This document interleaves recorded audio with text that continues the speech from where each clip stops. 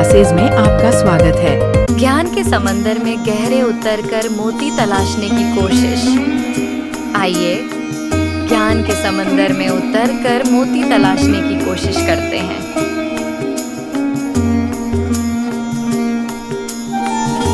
विवेचना में आज चर्चा, अंधविश्वास का माया जाल। पार्ट 1।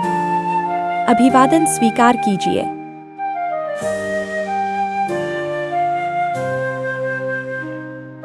अंधविश्वास का माया जाल कैसे फंसते हैं लोग? चलिए इस जाल को करीब से देखते हैं कि यह कैसे लोगों को अपनी गिरफ्त में ले लेता है। सोचिए एक मकड़ी का जाला जिसमें कोई कीड़ा एक बार फंस जाए तो निकलना मुश्किल होता है।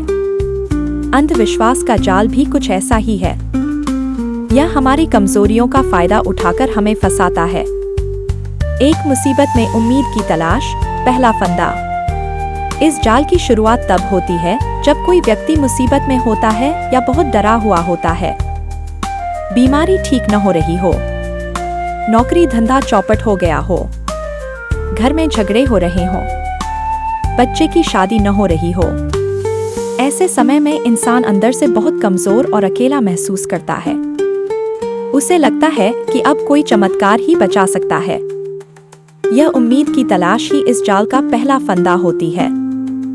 2 झूठे वादे और आसान रास्ते, जाल फैलाना। ठीक इसी वक्त कुछ चालाक लोग, जिन्हें हम ढोंगी बाबा, तांत्रिक या पाखंडी कह सकते हैं, सामने आते हैं। वे आपकी परेशानी को पहचानते हैं और आपको ऐसे मीठे और आसान वादे देते हैं जो सच नहीं हो सकते। तुम्हारे ऊपर किसी ने जादू टोना किया है, मैं मिनटों में उसे खत्म कर दूंगा। यह धागा बांध लो, तिजोरी पैसों से भर जाएगी।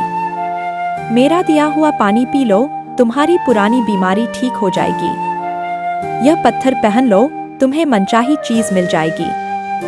वे आपको यह एहसास दिलाते हैं कि आपकी सारी समस्याओं का समाधान उनके पास है, और वह भी बिना ज्यादा मेहनत के।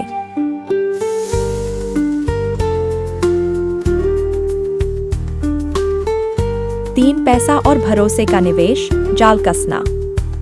जब आप उन झूठे वादों पर यकीन कर लेते हैं तो आप अपना पैसा, समय और सबसे जरूरी अपना विश्वास उस ढोंगी और उसके बताए अंधविश्वास में लगाना शुरू कर देते हैं। आप महंगी पूजाएं करवाते हैं, बाबा के पास बार बार चक्कर काटते हैं, अपने गहने या जमीन बेचकर उपाय करवाते हैं। शुरुआत में हो सकता है कोई संयोग से छोटा मोटा काम बन जाए या आपको मन में शांति महसूस हो, जो असल में आपके खुद के विश्वास का असर होता है। इससे आपका यकीन और पक्का हो जाता है कि हाँ, यह काम कर रहा है, और आप और गहराई से जाल में फंसते चले जाते हैं। 4 गलती दूसरों पर डालना, निकलना मुश्किल।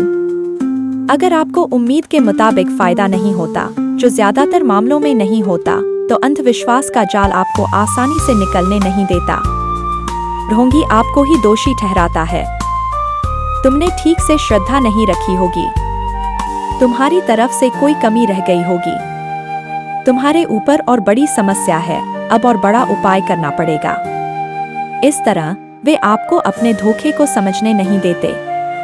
आप सोचते हैं कि शायद मेरी ही गलती होगी और ज्यादा पैसा या कोशिश लगाने के लिए तैयार हो जाते हैं।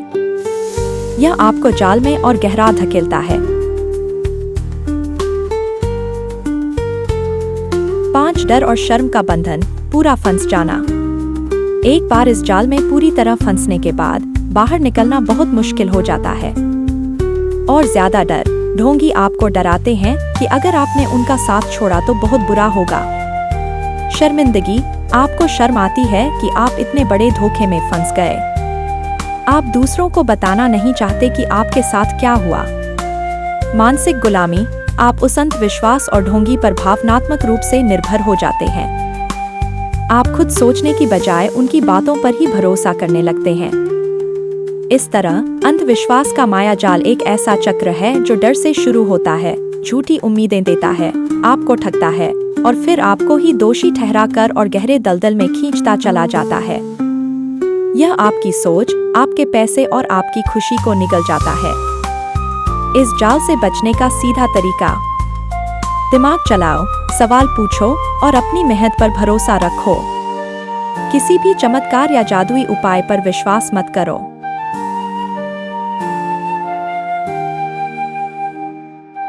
अब इजाजत दीजिए, फिर मिलेंगे एक नए विषय के साथ।